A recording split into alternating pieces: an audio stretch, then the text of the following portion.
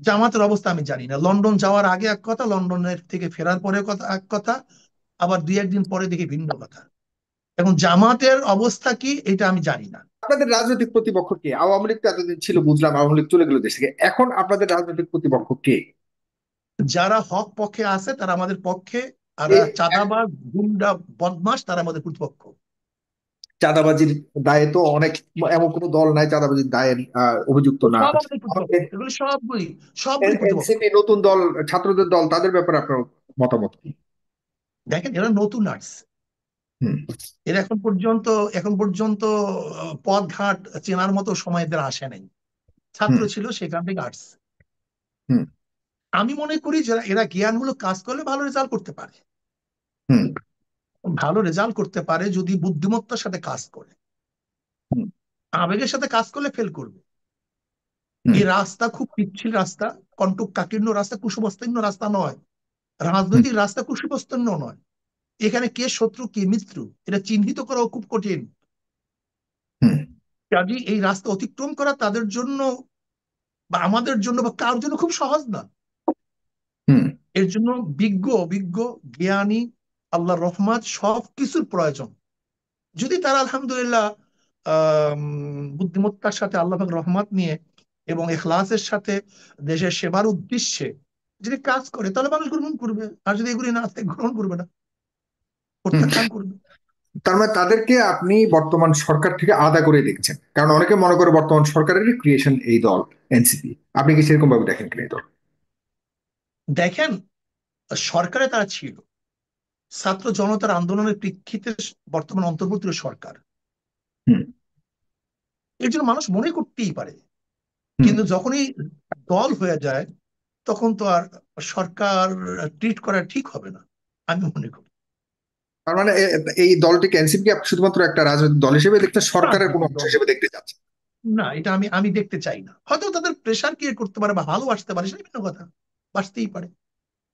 যে এই মুহূর্তে তাদের সাথে রাজনৈতিক কোনো সম্পর্ক আপনাদের তৈরি হয়েছে কিনা, কারণ সামনে যে নির্বাচন আসছে সেই তো এখন জানি না আপনারা কি সেই আওয়ামী লীগের বিরুদ্ধে আপনারা যখন আন্দোলন করেছেন তখন তো জোট ভিত্তিক নির্বাচনও হয়েছে, জোট ভিত্তিক আন্দোলনও করেছেন, জামাতে ইসলামের সাথে বিএনপির পাশাপাশি আন্দোলন করেছে, একটা একটা চিত্র ছিল। এখন এটা তো এক সম্পূর্ণ পরিবর্তনের পর আমরা দেখতে পাচ্ছি যে আপনারা একরকম, জামাত দেখেন ইসলামের। ওই সময় কিন্তু জামাত ইসলাম বা শিবির কেউ আন্দোলনের সময় জুলাই আগস্টের আন্দোলন করে ছাত্র শিবির বা জামাত ইসলাম ওপেনে কোনো নামদার কোনো আন্দোলন করেনি।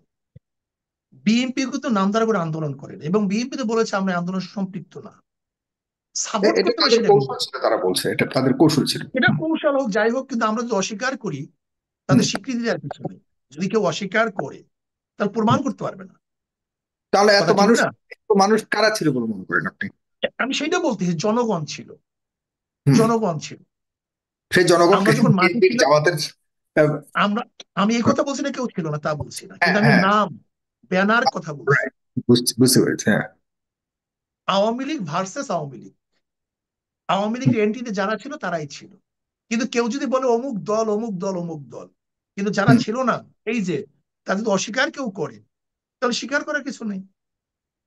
স্বীকার হুম। করতে ছিল না আমি বলি নাই, কিন্তু আমি আগেই বলছি। হুম।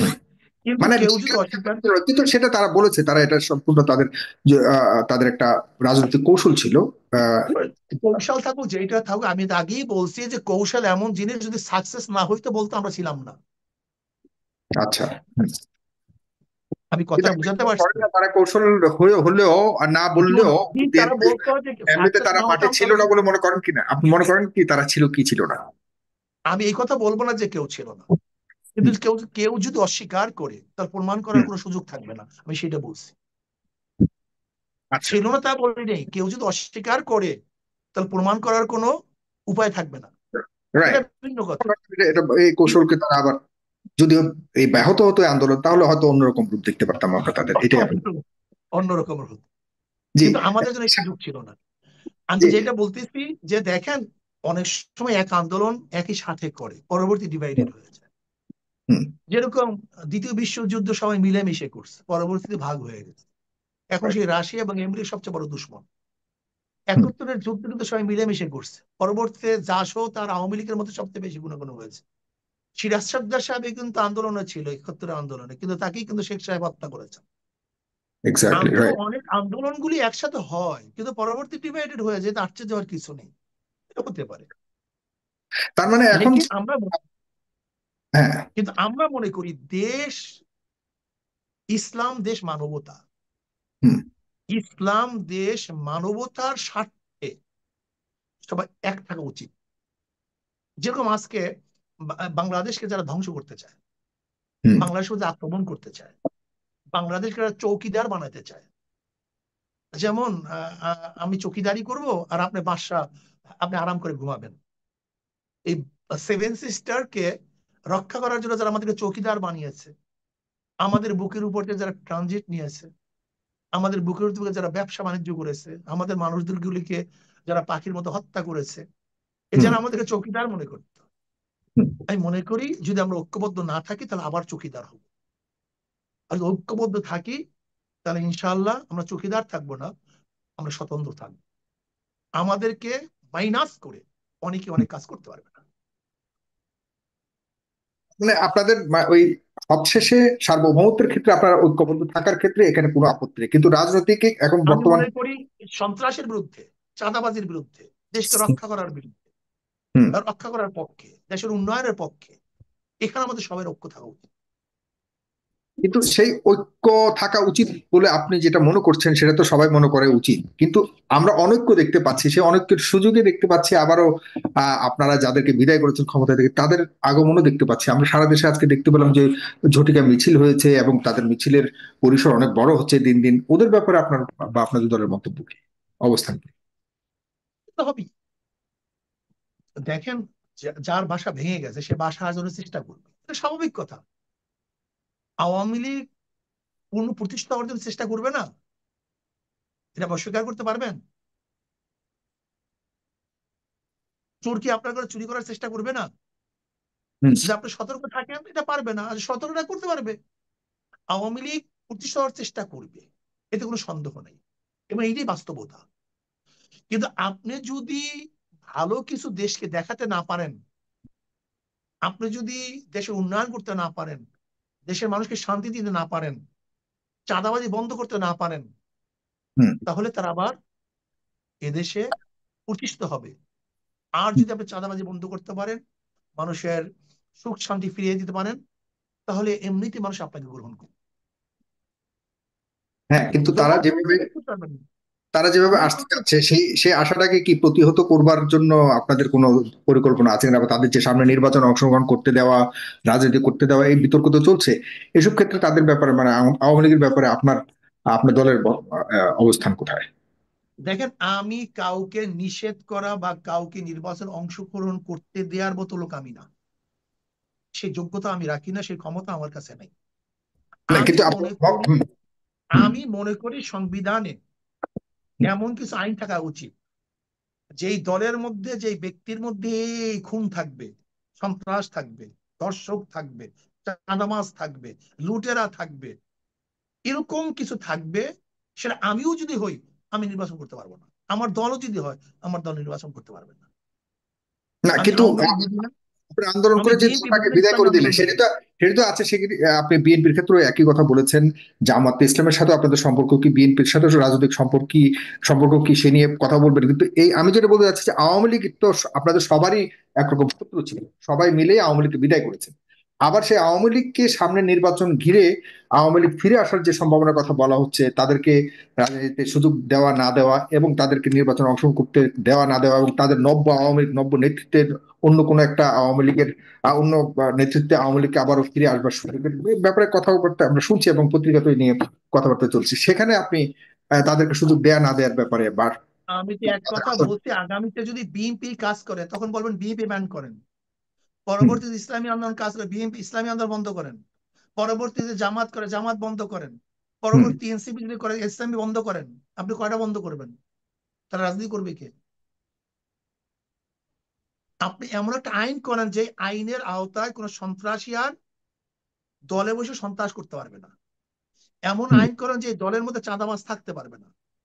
আপনি হুম। এমন আইন করেন যেখানে জালেমরা ধর্ষকরা নির্বাচন করতে পারবে না। হুম। এটা আমি মনে করি। জার্মানির মধ্যে তো আপনি নাৎসি মনে পার্টি করেন নাই, যে হিটলারের পার্টি রাজনৈতিক ছিল। সংগঠন। হুম। তার মানে যেটা বুঝতে পারলাম যে আওয়ামী লীগ রাজনীতি করবার সুযোগ আপনি এটাকে হরণ করতে চান না, তারা রাজনীতি করতে পারবে, তবে যারা অপরাধী তাদের শাস্তি হওয়া উচিত, যেন তারা শুধু অপরাধ করতে হরণ, না। আমি মনে করি এমন আইন করা উচিত যদি সেই আইনের মধ্যে আওয়ামী লীগ খুনি হয়, হুম। গণহত্যাকারী হয়, সন্ত্রাসী হয়, তাহলে এমনিতে বাদ পড়বে। না, আওয়ামী লীগ আর আওয়ামী লীগের যারা অপরাধী, সে দুটা দুই জিনিস, আমি এখানে একটু স্পষ্ট হতে চাই। যদি দল, দলের মধ্যে ব্যক্তির মধ্যে, দুইটা জিনিস বলছি, দলের মধ্যে ব্যক্তির মধ্যে, হুম, দলের যদি মধ্যে কোনটা যাচ্ছে?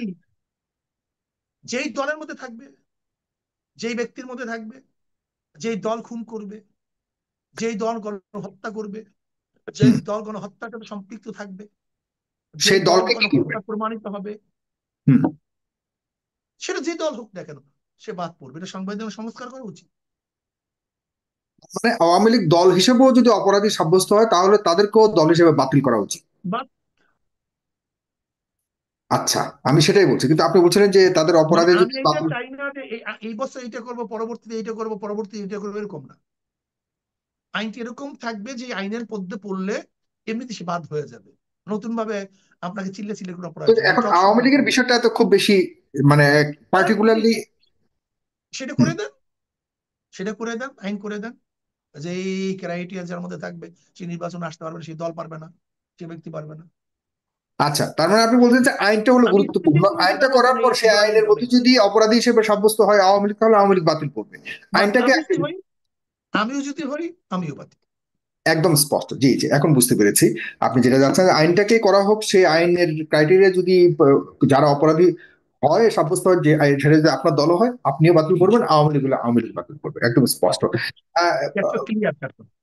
জি, একদম একদম ক্লিয়ার। আহ আপনাদের সাথে বিএনপির রাজনৈতিক সম্পর্ক আর জামাত ইসলামের রাজনৈতিক সম্পর্ক এখন কেমন যাচ্ছে?